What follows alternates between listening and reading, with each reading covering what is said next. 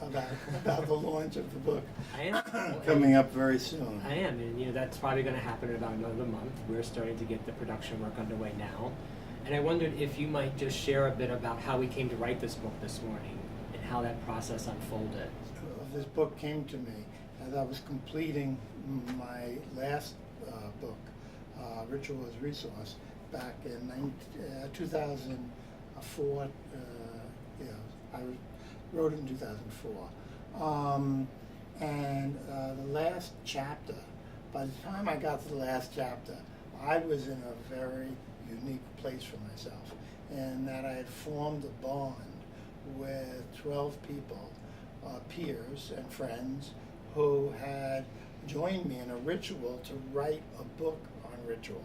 So they gave me feedback on every chapter, and they were part of the process. So we had a ritual circle. And the experience of doing that and having that dynamic connection to them made me, by the end of the book, want to explain that and its value and the potential of those kinds of things. I was struggling with it, and I didn't know what to call it. So I, driving with my partner, and I was explaining my struggle, and he started asking me questions on it. Like, what is it? Well, what does it feel like? What is the, a number of questions. And then he came back and said, in his very scientific way, you're talking about dynamic linking. You're talking about linking with dynamism. I said, oh, okay. And I sat with that. But when I sat with that, I realized it was a perfect fit. He had nailed it. Because different than networking, which is a way of being in community, or other types of community, dynamic linking has a very alive, vital, forward-moving, conscious energy in it, that whoever is in the link has chosen to do that, to be part of that. Then I just sat with it for a while and continued to explore my experience of it, especially with you, interestingly enough. And at a certain point, when you and I were planning a workshop together, and we were in the link, I could feel the link. I said, "Would you like to write the dynamic linking book with me? Because I don't know if I'll ever get to it on my own." After a while, and you came back and said, "Yeah, I want to do it," and then we began the process, and we did it all from within the dynamic link. I mean, what a privilege that was. Yeah. And we wrote it. I was in one state, you were in another state, on weekly phone calls, each one of which was uplifting. And so what's in the book, Dynamic Linking, is trying to explain from within the link what the experience is, so that others can use it and optimize their life and situation. Yeah. The main reason I wrote it is I want to share with people a very simple technology that anyone can do.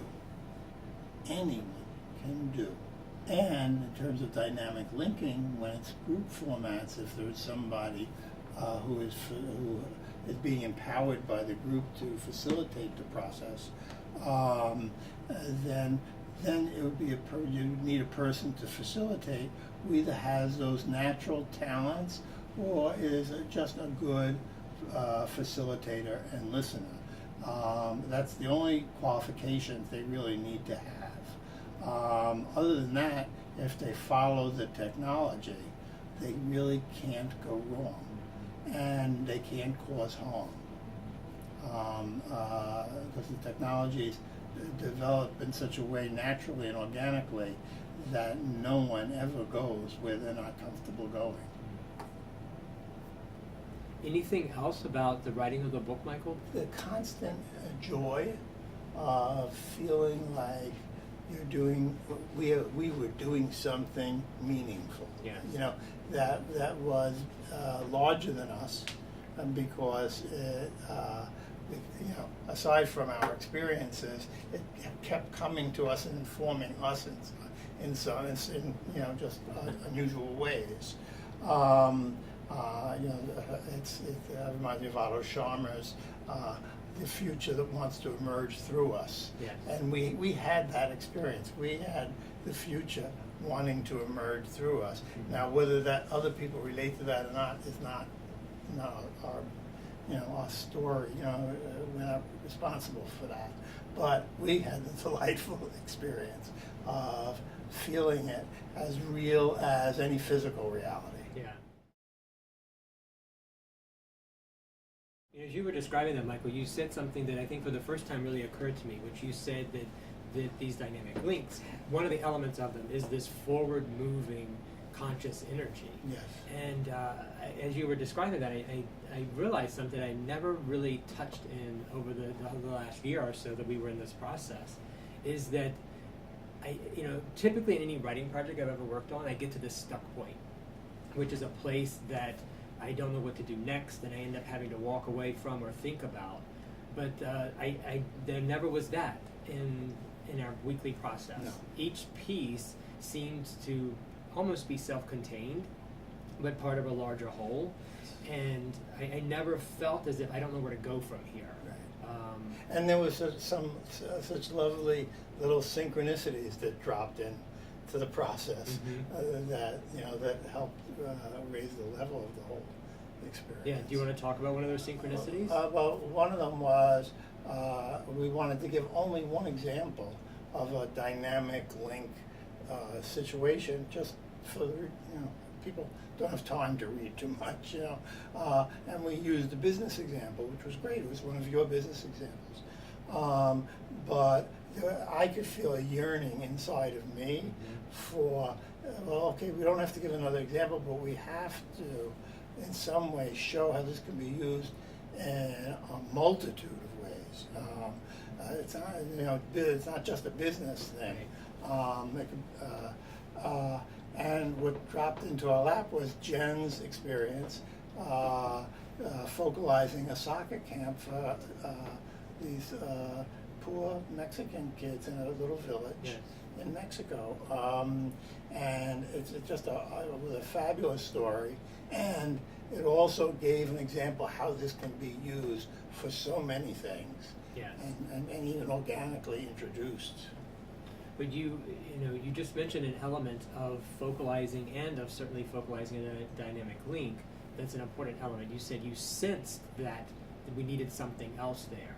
Do you want to speak for a minute about how we use our felt senses, particularly in a dynamic link, but even in a focalizing session, how important that piece of our wisdom is? This is where, in a way, the dynamic linking book builds on the focalizing source energy book. Yes. Because that's the one that introduces us or reminds us of who we really are, and the energy that we feel when we are plugged into who we really are. So of course now dynamic linking takes